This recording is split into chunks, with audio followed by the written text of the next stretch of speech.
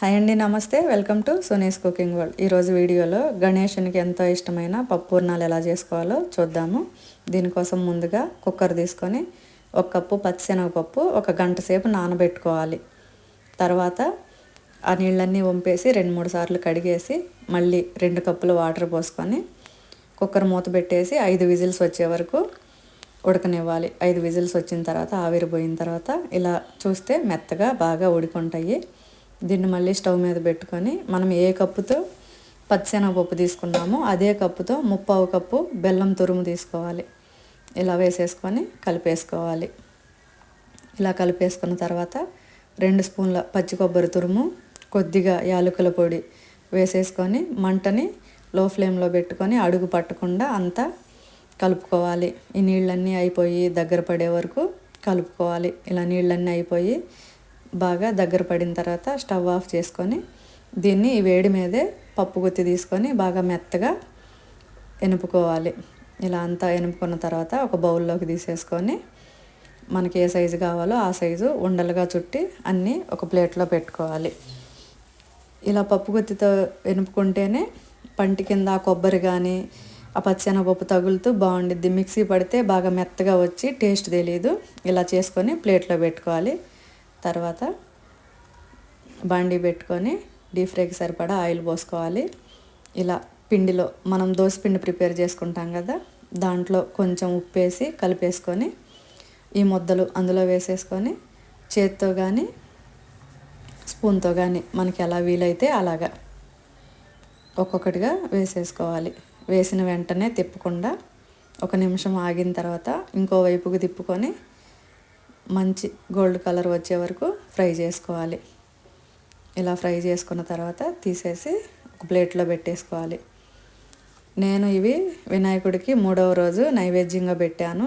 పూర్ణాలు, కొబ్బరి అన్నము, పూటకో రకం కావాలి కదా ఆయనకి, అలాగా ఒక పూట ఇలా చేసి పెట్టండి. తర్వాత ఇప్పుడు కొబ్బరి అన్నం ఎలా చేసుకోవాలో చూద్దాం. దీనికోసం చిన్నది ఒక కొబ్బరి చెప్పు తీసుకొని సన్నగా ముక్కలుగా కట్ చేసి మిక్సీ పట్టుకొని పక్కన పెట్టుకోవాలి. మరి మెత్తగా వేసుకోకండి, కొద్దిగా బరగ్గా మిక్సీ పట్టుకొని పక్కన పెట్టుకోవాలి. తర్వాత స్టవ్ ఆన్ చేసుకొని ఒక ప్యాన్ పెట్టుకొని 2 టేబుల్ స్పూన్ల ఆయిల్, 1 టేబుల్ స్పూన్ నెయ్యి వేసేసుకోవాలి.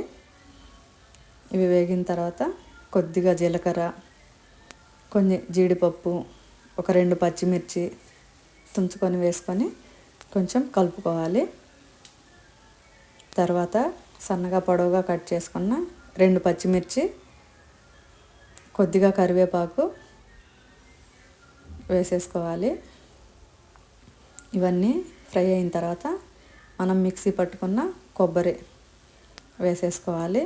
వేసేసుకొని ఇదంతా కొద్దిసేపు ఫ్రై చేసుకోవాలి. కొబ్బరి పచ్చివాసన పోయే వరకు ఈ ఆయిల్లో ఫ్రై చేసుకోవాలి. ఇలా ఒక 5 మినిట్స్ బాగా సిమ్లో పెట్టుకొని ఫ్రై చేసుకోవాలి.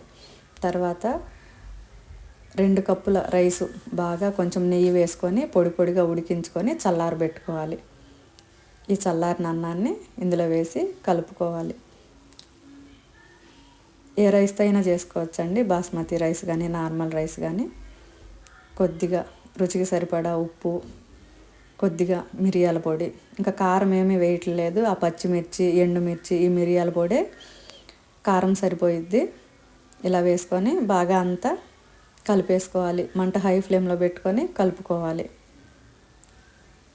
ఇలా బాగా కలుపుకున్న తర్వాత లాస్ట్లో కొద్దిగా కొత్తిమీర వేసేసుకొని మళ్ళీ అంతా ఒకసారి కలిపేసేసుకోవాలి. వినాయకుడికి బొజ్జ కొంచెం పెద్దదండి. మనం 1 రోజు ఉంచుకున్నా 2 రోజులు ఉంచుకున్నా నైవేద్యాలు మాత్రం బాగా దండిగా పెట్టాలి. ఇలా 1 రోజు పూర్ణాలు, కొబ్బరి అన్నము చేసి వినాయకుడికి నైవేద్యంగా నేను పెట్టాను. మీరు కూడా కుదిరితే ఇలా చేసి పెట్టుకోండి.